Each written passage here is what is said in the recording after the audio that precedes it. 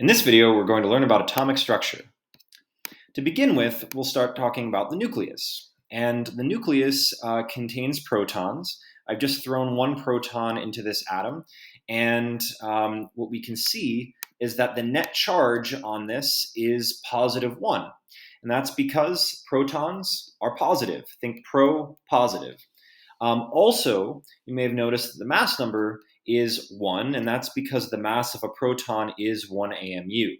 Now, if I were to add a second proton, the charge is doubled, the mass number is doubled, but also we no longer are talking about hydrogen, we now have helium.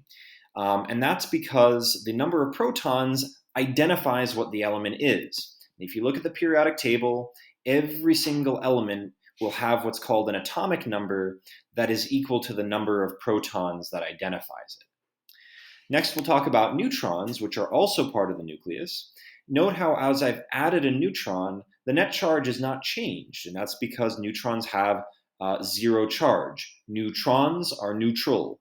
However, the mass number has increased from 2 to 3, and that's because neutrons, like protons, have a mass of 1 AMU. The purpose of the neutron is really to hold the nucleus together. When we think about putting a bunch of protons in the nucleus, they're all positive, they should repel each other, but what holds the nucleus together are the neutrons. So they're kind of like the glue of the nucleus. It's also worth noting that the number of protons plus the number of neutrons together is the mass number. Next, we'll talk about electrons, and electrons are located far, far away from the nucleus. This is definitely not to scale. The nucleus takes up almost no volume, even though it contains pretty much all the mass of the atom. Electrons are super, super small, and as you might have noticed, as I've added an electron, the net charge has gone from +2 to +1, and if I add another electron, it goes to neutral. That's because each electron has a -1 charge.